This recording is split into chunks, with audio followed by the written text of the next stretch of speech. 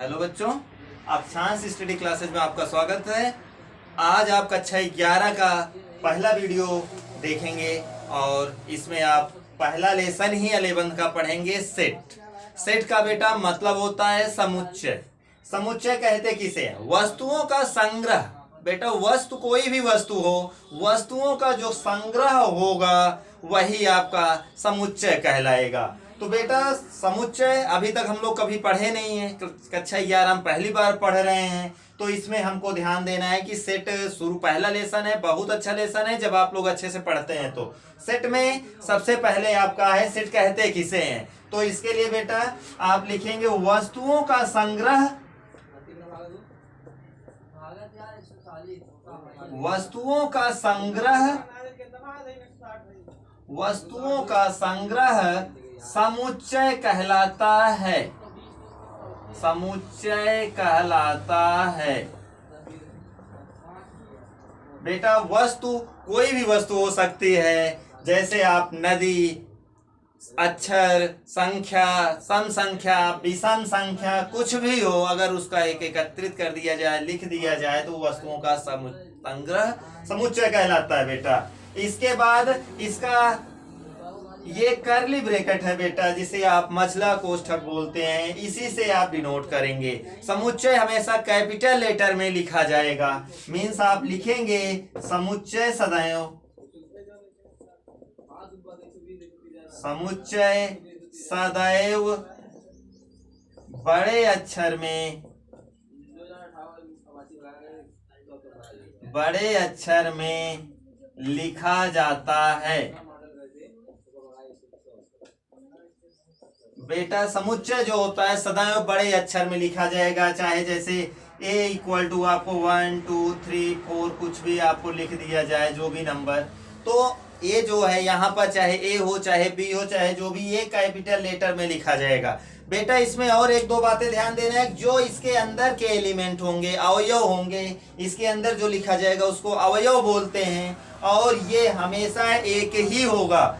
मतलब जैसे 1 है, 1 कितनी बार भी है, अगर अधिक बार आ जाता है तो वो समुच्चय में नहीं लिया जाएगा। जैसे 1 2 3 फिर 1 लिख दें, 4 लिख दें, तो बेटा वो समुच्चय नहीं रहेगा। समुच्चय में उसके अंदर एलिमेंट जितने भी रहेंगे वो केवल एक बार होंगे, चाहे वो अक्षर हो, चाहे संख्या हो, चाहे जो भी हो, एक बार ही लिखा जाएगा, तो वो समुच्चय कहलाता है। और बेटा इसके बाद आपका आता है कुछ चिन्ह की बात करते हैं कि हमारे कुछ साइन होते हैं, जो बड़े का होता है, छोटे का होता है, ग्रेटर देन होता है, लेस देन होता है, स्मॉलर देन होता है, स्मॉलर देन आर इक्वल होता है। उस चिन्ह के बारे में बेटा सबसे पहले पढ़ाई होती है, क्योंकि हमको उसी की जरूरत पड़ती है। तो सबसे पहले आप लिखते हैं ये, दूसरा साइन ये, तीसरा है greater than or equal to, equal to, does not equal to, element है, एलिमेंट नहीं है, ये यूनियन का बन गया, ये इंटरसेक्शन का बन गया। बेटा सबसे पहले आपका ये साइन होता है छोटा है। जिधर बेटा आप जानते हो मुंह खुला रहता है उधर बड़ा होता है, जिधर बंद होता है वो छोटा रहता है। बेटा छोटा है या स्मॉलर देन, और बेटा ये है बड़ा है लेस देन।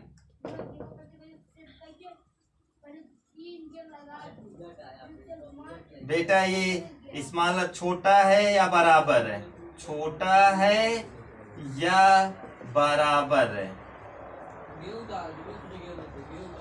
जिसको बेटा आप इसे लिखेंगे smaller than or equal to, smaller than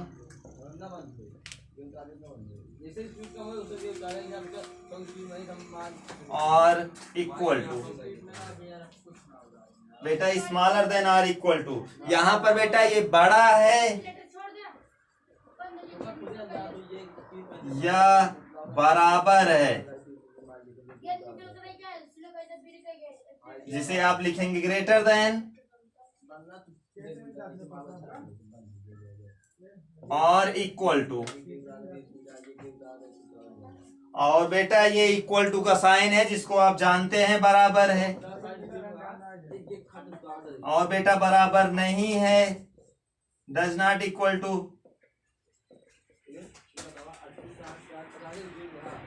equal to, और बेटा यहां लिखेंगे does not equal to,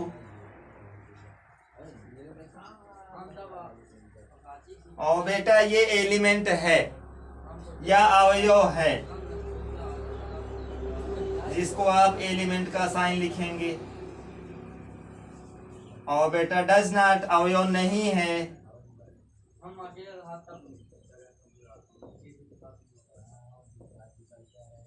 does not element.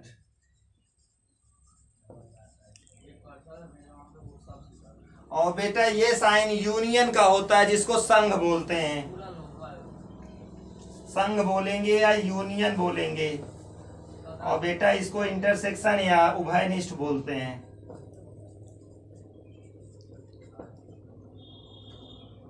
जिसको इंटरसेक्शन बोलते हैं।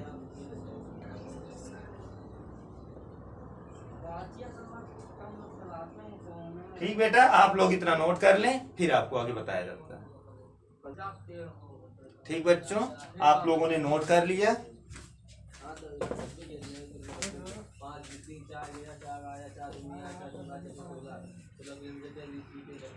तो बेटा अब हम और कुछ चिन्ह की बात करेंगे। जैसे इसमें कैपिटल एन लिख उठता है तो कैपिटल एन क्या होता है, कैपिटल जेड लिख उठता है तो वो क्या होता है, क्यू लिख दिया जाता है बड़े लेटर का तो वो क्या होता है, कैपिटल आर लिख दिया जाता है तो क्या होता है।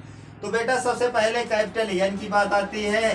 तो कैपिटल एन का मतलब प्राकृतिक संख्या का समुच्चय। अगर कैपिटल एन लिख दिया गया तो बेटा प्राकृतिक संख्या का समुच्चय हो जाएगा, प्राकृतिक संख्या का समुच्चय हो जाएगा बेटा। अगर कैपिटल एन आपको दिख गया तो बेटा कैपिटल एन प्राकृतिक संख्याओं का समुच्चय हो गया। और बेटा कैपिटल जेड दिखा तो पूर्णांकों का समुच्चय हो गया, पूर्णांकों का समुच्चय हो गया बेटा। कैपिटल जेड अगर आपको दिख जाए कहीं तो वो ध्यान दीजिएगा कि आपका पूर्णांक की बात कर रहा है और पूर्णांकों का समुच्चय हो जाएगा। बेटा कैपिटल क्यू दिखता है तो कैपिटल क्यू का मतलब परिमेय संख्या, परिमेय संख्या का समुच्चय। बेटा कैपिटल क्यू अगर आपको दिखता है तो परिमेय संख्या का समुच्चय हो जाता है। और बेटा कैपिटल आर दिखता है तो कैपिटल आर होता है वास्तविक संख्या का समुच्चय,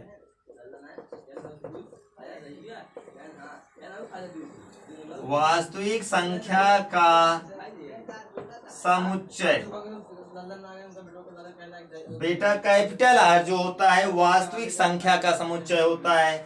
बेटा आपको यहीं पर आपको प्लस मिल जाता है तो जेड प्लस का मतलब हो जाता है धन पूर्णांक का समुच्चय, धन पूर्णांक का समुच्चय। बेटा कैपिटल जेड प्लस मिल जाए तो आप जान लीजिएगा धन पूर्णांक का समुच्चय हो गया। क्यू प्लस मिल जाता है तो आप ध्यान दीजिएगा कि धन परिमेय संख्या का समुच्चय लिख दे रहे हैं, धन परिमेय संख्या का समुच्चय। और बेटा आपको आर प्लस मिल जाता है तो आप धन वास्तविक संख्या का समुच्चय होगा,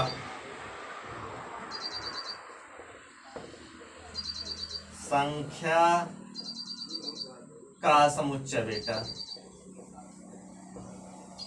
तो बेटा ये चिन्ह हो गए, जैसे capital N, capital Z, capital Q, capital R, Z plus, R plus, Q plus. तो ये चिन्ह अब ये आपको ध्यान दिए रखना है, याद किए रखना है बेटा। आप लोग इतना नोट कर लें। आप हम अगला वीडियो आप कल पाएंगे। आप हमारे चैनल को लाइक करें, सब्सक्राइब करें और अपने दोस्तों के साथ शेयर भी करें।